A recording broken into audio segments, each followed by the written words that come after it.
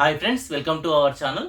ఈరోజు మనం వచ్చేసి హైదరాబాద్ నుంచి విశాఖపట్నం వచ్చేసి ఓన్ వెహికల్లో కానీ ఏదైనా ట్రాన్స్పోర్ట్లో వెళ్ళే వాళ్ళు మధ్యలో చూడవలసిన ప్రదేశాలు వచ్చేసి చాలా ఉంటాయి.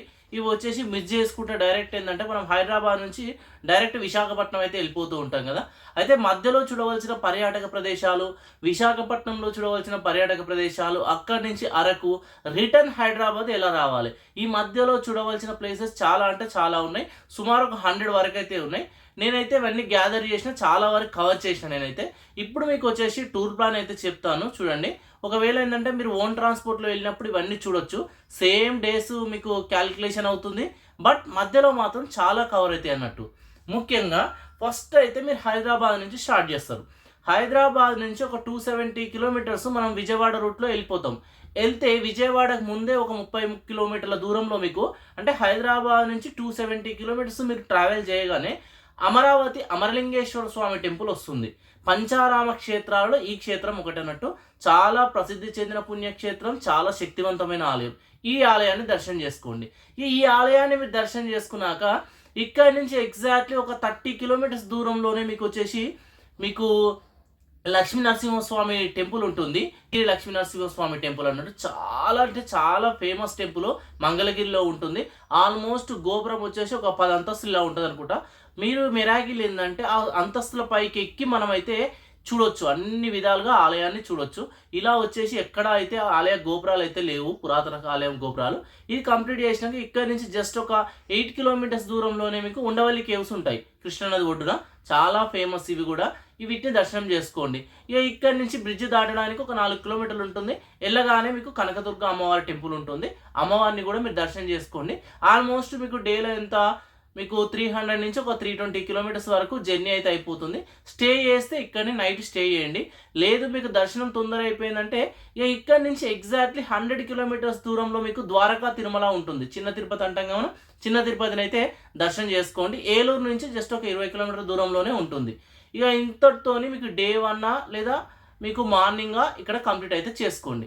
ఇక్కడ కంప్లీట్ అయిపోయినాక ఇక డే 2 వచ్చేసి ఇక్కడ నుంచి మీరు డైరెక్ట్ రాజమండ్రి బయలుదేరండి. రాజమండ్రి వచ్చేసి ఆల్మోస్ట్ ఒక 70 కిలోమీటర్స్ దూరం ఉంటుంది అంతే. ఈ రాజమండ్రిలో రాజమండ్రి ఘాటు, ఆ బ్రిడ్జ్ పైన రైలు వెళ్తూ ఉంటే చాలా బాగుంటుంది ఆ లొకేషన్స్. అక్కడ కంప్లీట్ చేసుకున్నాక మీకు టౌన్లోనే ఒక 3 to 4 కిలోమీటర్స్ డిస్టర్బెన్స్లోనే మీకు మహాకాళేశ్వర్ టెంపుల్ ఉంటుంది. చాలా అంటే చాలా ఫేమస్ టెంపుల్, చాలా అద్భుతంగా ఉంటుంది టెంపుల్ అయితే. పిక్స్ మీకు సైడ్కి అయితే ఇస్తా చూడండి. ఈ టెంపుల్ దర్శనం చేసుకోండి. ఇక్కడ నుంచి జస్ట్ ఒక 10 కిలోమీటర్స్ మీరు వెళ్ళిరనుకో ధవళేశ్వరం బ్యారేజ్ ఉంటుంది. మ్యూజియం కూడా అక్కడనే ఉంటుంది చూడండి. చాలా ప్రసిద్ధి చెందిన బ్యారేజ్ ఈ బ్యారేజ్. అయితే ఈ బ్యారేజీని మీరు దర్శనం చేసుకున్నాక ఇక ఇక్కడి నుంచి జస్ట్ ఒక 14 కిలోమీటర్స్ వెళ్ళిరనుకో మీకు ద్వారంపూడి వస్తుంది. ద్వారంపూడిలో అయ్యప్ప టెంపుల్ ఉంటుంది. ఈ అయ్యప్ప టెంపుల్ చాలా అంటే చాలా బాగుంటుంది. ఇది మనం మొత్తం కవర్ చేయాలంటే ఆల్మోస్ట్ ఒక 1-2 అవర్స్ పడుతుంది. అంత బాగుంటుంది అన్నట్టు.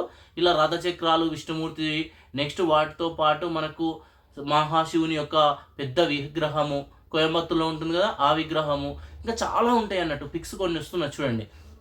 ఇక్కడ కంప్లీట్ చేసుకున్నాక మీరు ఏం చేస్తారంటే మీరు అక్కడి నుంచి అయినా సరే, ధవళేశ్వరం బ్యారేజ్ నుంచి అయినా సరే జస్ట్ ఒక 5 కిలోమీటర్లు వెళ్ళిననుకో ఆత్రేయపురం వస్తుంది. ఆత్రేయపురం మీరు చాలా వరకు టీవీలో చూస్తూ ఉంటాం, చాలా బాగుంటుంది. అందులో లోలలాకులు ఉంటుంది. ఈ బ్రిడ్జ్ ఏంటంటే మీకు అటున్నది ఇటున్నది, మధ్యలోకి వెళ్ళి మనం నడుచుకుంటూ వెళ్ళొచ్చు. ఇది చాలా సినిమా షూటింగ్లో ఉంటుంది. పిక్ ఇస్తున్నా చూడండి.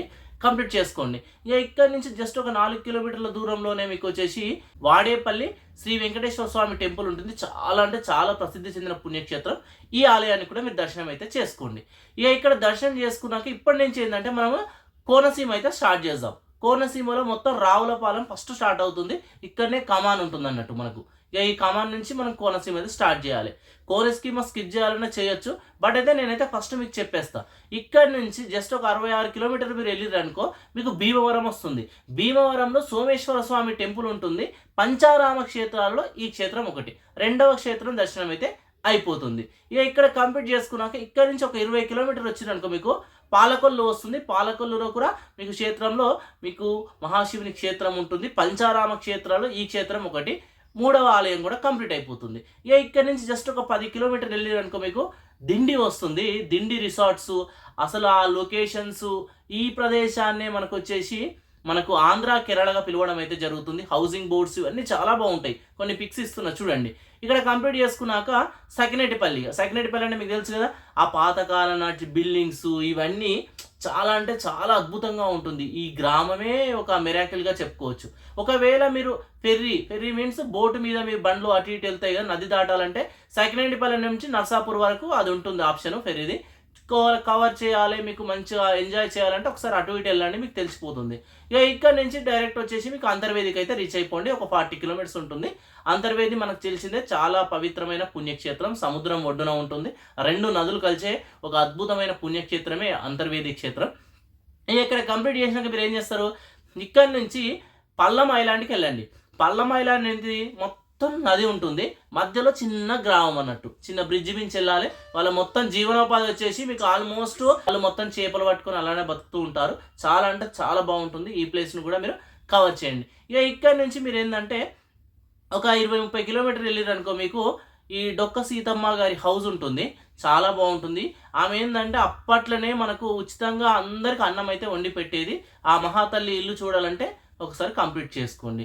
ఇక ఇక్కడ నుంచి మీరు ఏం చేస్తారు, ద్రాక్షారామం అయితే వచ్చేయండి. పంచారామ క్షేత్రాలు 4వ క్షేత్రం.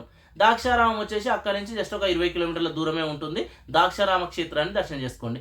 ఈ కోనసీమలో ఇవన్నీ మీకు వద్దు, ఒక 200 కిలోమీటర్లు ఇప్పుడు మేము జర్నీ చేయలేము, ఇంకో డే అనుకుంటే మీరు ఏంటంటే డైరెక్ట్ ఆత్రేయపురం డోలాలాకులు అక్కడ నుంచి డైరెక్ట్ ఏంటంటే ద్రాక్షారామంకి వచ్చేసేయండి. ఇక మీకు వాడేపల్లి నుంచి ద్రాక్షారామం జస్ట్ ఒక 30 కిలోమీటర్సే ఉంటుంది.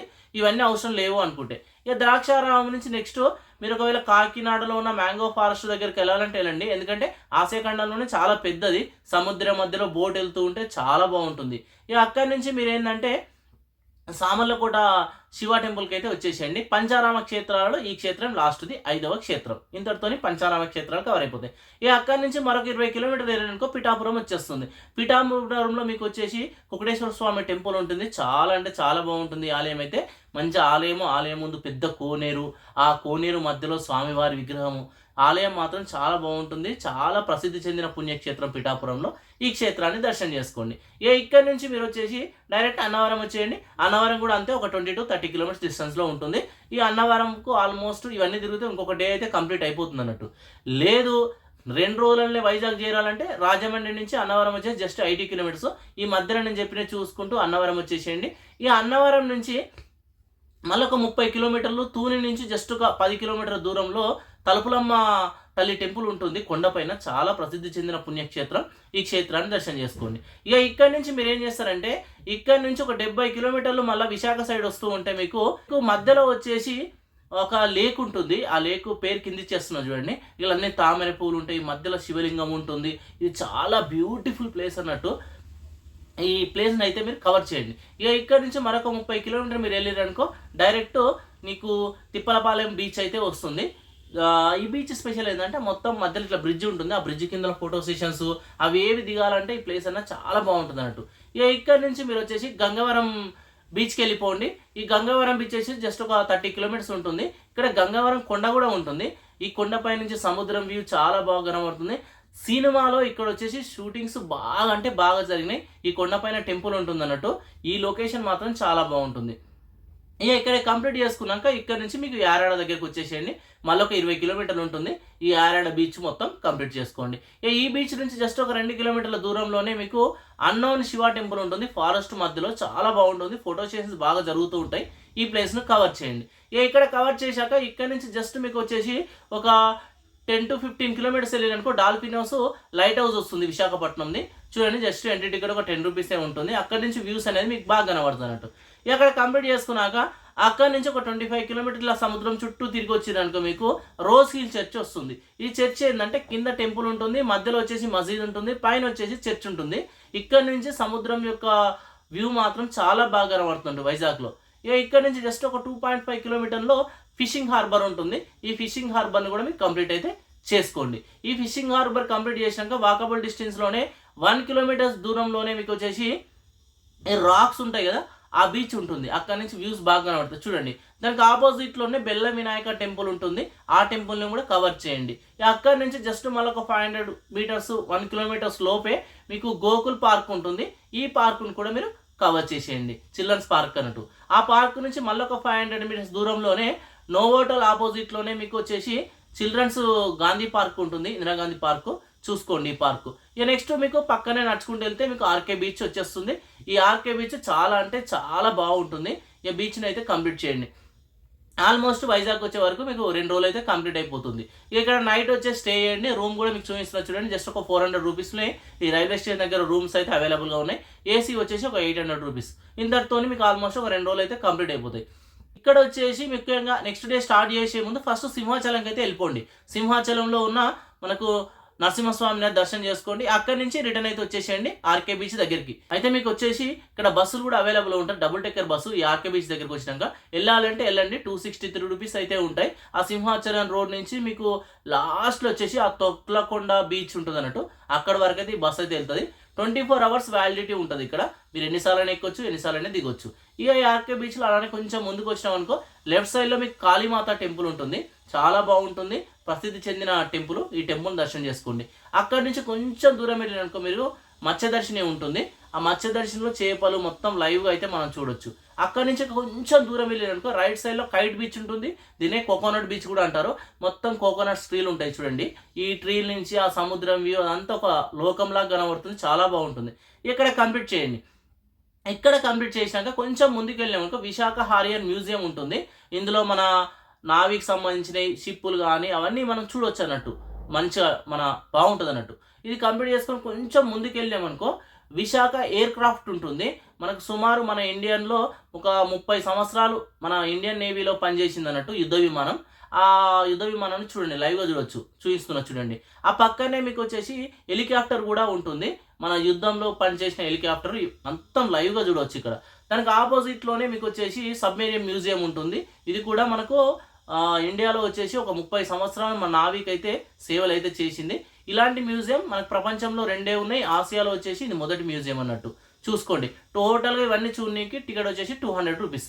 ఇక్కడనే మాయావాళ్ళు కూడా ఉంటుంది. మాయావాళ్ళు వచ్చేసి 250 రూపీస్ అన్నట్టు. చూసుకోండి, చాలా బాగుంటుంది. ఒక మరో లోకంకి వెళ్ళినట్టు ఉంటుంది అన్నట్టు. ఇక్కడ కంప్లీట్ చేసినాక అక్కడి నుంచి కొంచెం దూరం వెళ్ళిరనుకో చిల్డ్రన్స్ది మీకు పార్క్ ఉంటుంది. నేమ్ కింద ఇస్తున్నా చూడండి. దానికి ఆపోజిట్లోనే మీకు వచ్చేసి విశాఖ మ్యూజియం ఉంటుంది. విశాఖ మ్యూజియం కూడా చూడండి, చాలా అంటే చాలా బాగుంటుంది. ఎంట్రీ టికెట్స్ కూడా జస్ట్ ఒక 10-20 రూపీసే ఉంటుంది. అక్కడి నుంచి ముందుకు వెళ్తే మీకు వడా పార్క్ వస్తుంది. చాలా పెద్ద పార్క్ విశాఖలోనే. చిన్న లైట్ హౌస్ కూడా ఉంటుంది అక్కడనే. ఇక్కడ కంప్లీట్ చేశాక అక్కడి నుంచి కొంచెం ముందుకు వెళ్ళారనుకో లుమిని పార్క్ వస్తుంది విశాఖలో. చాలా బాగుంటుంది. అక్కడి నుంచి కొంచెం ముందుకు వెళ్ళారనుకో కైలాసగిరి రోప్వే వచ్చేస్తుంది. ఇక రోప్వేలో వెళ్ళాలంటే 200 రూపీస్. మీకు బస్కి వెళ్ళాలంటే ఒక 30 రూపీస్. ఓన్ వెహికల్ ఉంటే నో ప్రాబ్లం. ఇప్పుడు మనం వెళ్ళినట్టు ఓన్ వెహికల్ గల. ఇంకా నుంచి 500 మీటర్స్ దూరంలోనే మీకు తెనేటి పార్క్ ఉంటుంది. చాలా బాగుంటుంది ఈ పార్కు. ఇక్కడనే మీకు ముఖ్యంగా చెప్పుకోవాల్సింది ఏంటంటే బంగ్లాదేశ్ నుంచి కొట్టుకొచ్చిన షిప్ ఉంటుంది. చూడండి, బాగుంటుంది.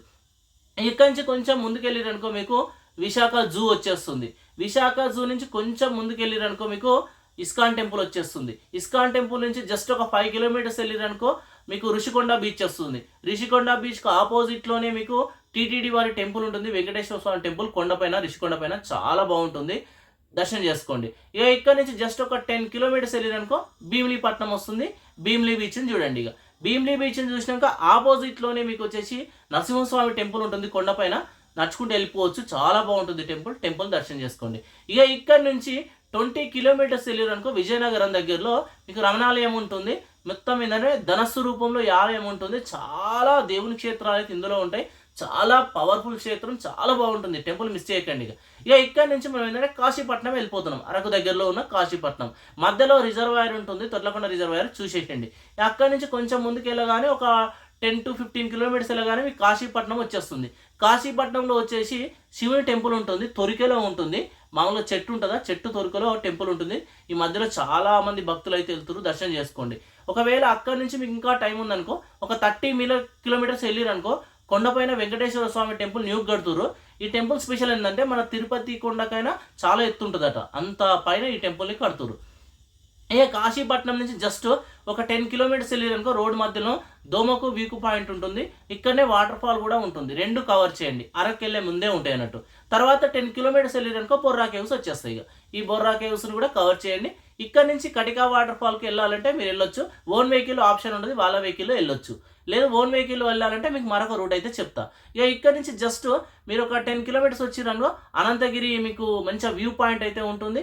అక్కడనే అనంతగిరి వాటర్ ఫాల్ కూడా ఉంటుంది. ఈ వాటర్ ఫాల్ కూడా కవర్ చేయండి. ఇక్కడ నుంచి 3 కిలోమీటర్లు వెళ్ళిరనుకో మీకు ఈ మంచిగా సైక్లింగ్ అవి చేస్తారు కదా, ఆ ప్లేస్ అయితే ఉంటుంది. ఆ ప్లేస్ నుంచి కొంచెం ముందుకు వెళ్ళిరనుకో మీకు వచ్చేసి ఈ మామూలుగా అరకు వుడెన్ బ్రిడ్జ్ ఉందా, ఆ బ్రిడ్జ్, కాఫీ ప్లాంటేషన్ అవన్నీ అక్కడనే ఉంటాయి. కంప్లీట్ చేయండి.